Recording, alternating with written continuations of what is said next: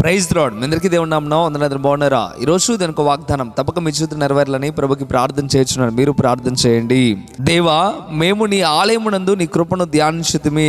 కీర్తనల గ్రంథం 48వ అధ్యాయం 9వ వచనం. ప్రేమరా, దేవుడి ఉదయకాల సమయంలో నేరుగా నీతో మాట్లాడుతున్న మాట, ఇక్కడ భక్తుడి ద్వారా అంటున్న మాట. భక్తుడు అంటున్నాడు, మేము నీ ఆలయమునందు నీ కృపను ధ్యానించుతిమి అని చెప్పడం ప్రారంభిస్తూ ఉన్నాడు. నేరుగా ఈ ఉదయకాల సమయంలో నీ జ్ఞాపకం చేస్తూ అంటున్నాడు, నీవు దేవుని సన్నిధికి వెళ్ళడానికి సిద్ధపడుతున్నావా? నీవు ప్రభు సన్నిధిలో ఉండడానికి ఇష్టపడుతున్నావా? ఈ ఆదివారం రోజున పునరుద్ధాన దినమునందున ప్రభుని కనపరచడానికి నువ్వు సిద్ధపడుతున్నావా? కానీ నువ్వైతే ఏం చేస్తున్నావు? ఈ రోజున ఒక పని అడ్డుందని, ఇంకొక ఆటంకం అని, ఇంకొకటని ఏదో ఒక రీజన్ చెప్తూ దేవుని సన్నిధికి పోకుండా ఉంటున్నావా? అయితే దేవుడు నేరుగా నీతో మాట్లాడటం ప్రారంభిస్తున్నాడు. ఆ దినమున వారు ప్రభువుని ధ్యానించడానికి, ఆయన కృపను గురించి ధ్యానించడానికి దేవుని మందిరానికి వెళ్ళారు. ఈ రోజున మనము కూడా దేవుడి కృపను గురించి ధ్యానించడానికి మనం కూడా దేవుని సన్నిధికి రావాలి. ఒకవేళ నువ్వు దేవుని సన్నిధికి రాకుండా ఉంటున్నావా? అయితే నువ్వు రాకుండా ఉండటం ద్వారా దేవుని చిత్తం నీ పట్ల నెరవేర్పు జరగదు. ఒక మారు ఆలోచించండి. 6 దినములు కష్టపడమన్నాడు దేవుడు. 7వ దినమున తప్పక దేవుని మందిరంలో ఉండి ప్రార్థన చేయమని దేవుడు చెప్పాడు.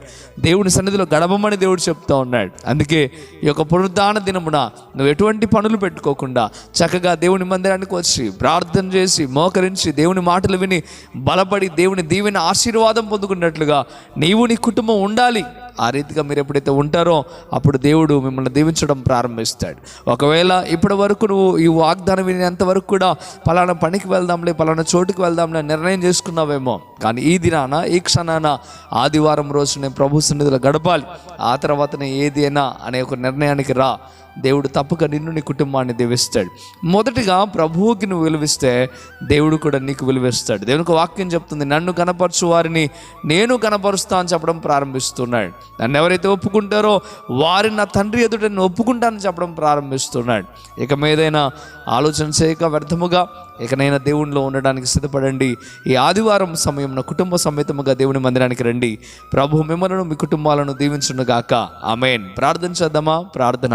పరిశుద్ధుడా, వందనాలు ప్రభువా. ఈ ఉదయకాల సమయంలో తేటగా మీరు మాట్లాడారు. ఈ పునరుద్ధాన దినమున ప్రభువా నీ సన్నిధిలో గడపడానికి నేను బిడ్డలను ప్రోత్సహించారు. అందును బట్టి వందనాలు అయా. భక్తుడు ఏ రీతిగా అయితే ప్రభువా అయా నీ కృపణ గురించి ధ్యానం చేశారు మందిరంలో, అలాంటి అనుభవాలు ప్రతి బిడ్డకు దయచేయండి. కృపా కనికరం చేత నింపండి. ఏ బిడ్డలు ఇరుకులో ఉన్నారో, ఇబ్బందులో ఉన్నారో ప్రభువా, వారందరి పక్షాన మీరు ఆజ్యమాడండి. మీరు తోడుగా నేడుగా ఉండండి అయా. వారి పక్షాన మీరు విజయమును దయచేయండి ప్రభువా. మీకు వందనాలు. ప్రతి ఒక్క బిడ్డలను దీవించి ఆస్వాదించండి. ఈ వాగ్దానం వింటున్న వారందరి పట్ల మీ చిత్తము నెరవేర్పు జరుగునుగాక. మీరే బలపరిచి, స్థిరపరిచి, మేలు చేయమని, కనికరించమని యేసయ్య నామములో మిక్కిలి బతిమలాడి వేడుకుంటున్నాము తండ్రి. ఆమేన్, ఆమేన్. ప్రియమైన బిడ్డలారా, ఈ వాగ్దానం ద్వారా దేవుడు మీతో మాట్లాడినట్టయితే తప్పక వీడియోని లైక్ చేయండి.